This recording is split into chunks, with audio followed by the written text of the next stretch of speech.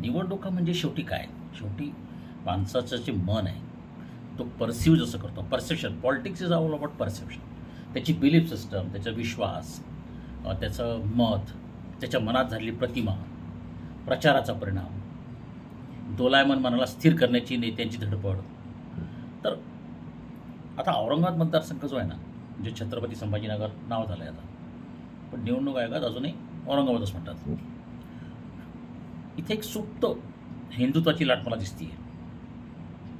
म्हणजे ती मुळात होती, ती बाळासाहेब ठाकरे निर्माण केली, लक्षात ठेवा. त्या लाटेवर शिवसेनेने औरंगाबाद राज्य केलं.